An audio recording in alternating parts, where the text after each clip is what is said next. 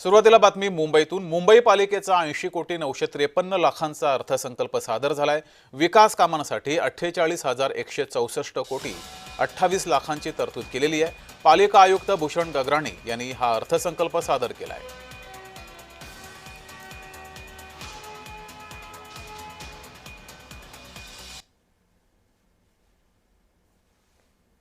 हा प्रस्तावित जो अर्थसंकल्प आहे हा 80,952 कोटीचा आहे। यामध्ये जो भांडवली खर्च आहे, कॅपिटल एक्सपेंडिचर,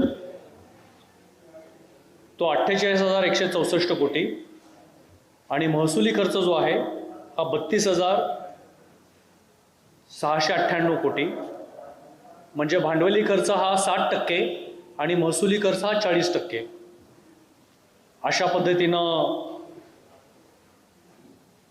हा अर्थसंकल्प अंदाज आम्ही आता सादर केलेले आहेत। अधिक माहिती घेऊया, आपले प्रतिनिधी मनोज कुलकर्णी आपल्या सोबत जोडलेले आहेत। मनोजजी, अर्थसंकल्प सादर झालेला आहे, मात्र ठेवीवरून आणि मुंबईकरांचा कर वाढलेला आहे सर्वसामान्यांचा, यावरून आरोप प्रत्यारोप झालेले आहेत। काय नेमके आरोप प्रत्यारोप दिवसभरात आपल्याला बघायला मिळाले?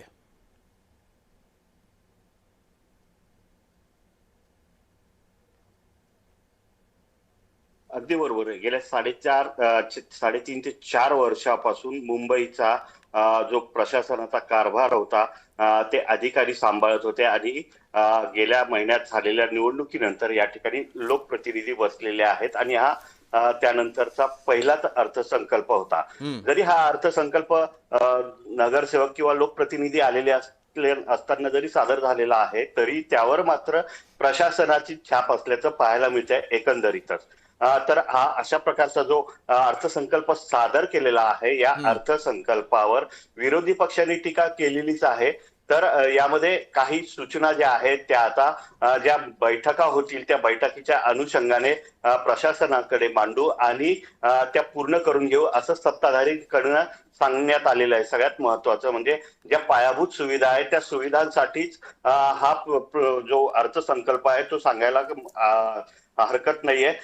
एकूण गेल्या वर्षीपेक्षा जवळपास 8.77% यामध्ये वाढ झालेली आहे। यावर्षीचा 80,952.56 कोटी रुपयाचा हा अर्थसंकल्प आहे। यामध्ये भांडवली खर्च जो आहे तो 48,164.28 कोटी रुपये आणि महसुली खर्चासाठी जी एकूण तरतूद आहे ती 32,698.44 कोटी रुपयाची आहे।